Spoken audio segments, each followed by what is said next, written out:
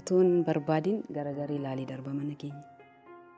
Naanni darbee deemu bahee tanan amma inni mana isaa balbala mana isaanii bira galuutti dhaabbadheen gaggeessan.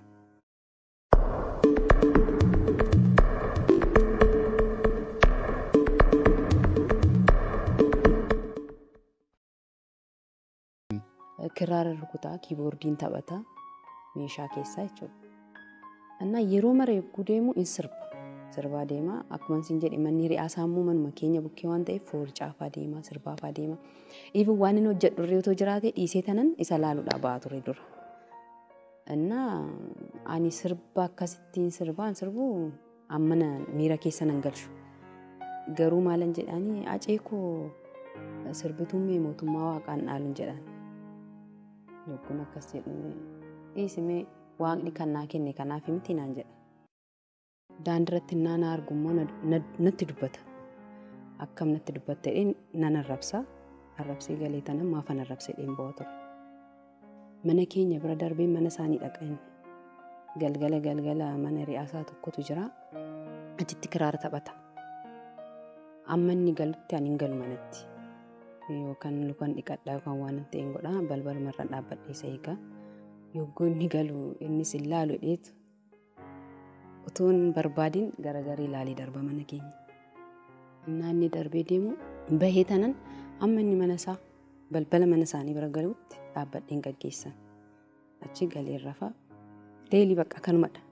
Amman isa argu garuu naasuun koon oolu xalayaa walii barreessina gaafadhaan nageenyu yeroo calqabaatiif suura wajjin kaanii jechuudha. Hamboo keessa wanti nuuf hin jiru anaaf ajee. Laga keessa hin jirra. Iddoo awwaalaa irree nageessitu.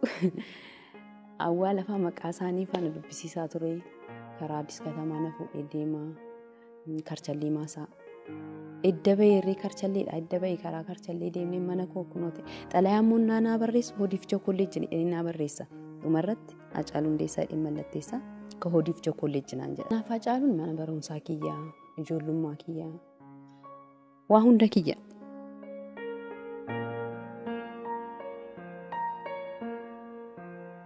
Beekumsi isaas guddinni isaas durumarraan itti fakkaata.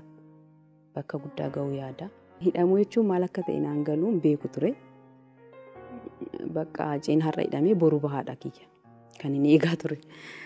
Achi boo'ee tanan gara manaatti galee bariitusaa bakka hidhame sanan deeme hin argisiisan. Yeroo mara ganama guyyaa galgala utuu achi hin gahin hin deebi'u. Achi guyyaa sadaffaa isaattidha. Obboleessi isaa fi eessumni isaa dhufanii huccuu fi nyaata qabanii maal hojjettanaan jedhan. Lakki Hacee argisiisan jedhee ilaaluuf innaan sitti hin argisiisanii kana boodaas hin dhufinnaan jedhan. Maatii dhokadhee kanan deema. Guyyaa meeqaffaa isaatti innaa waraabbaman nan arge. Bakka Hacee sagalee dhuma isaan dhagee bazzii liidedhe sagalee isaan dhagee namni baay'een waan ilaalaa ture. Yeroo sanaan hin beeku maal akkanarraa ka'e hin beeku akka ba'aatti narraa ka'e waan ta'e nan gammades bakka guyyaa torbaaf waan hin argineef jechuudha.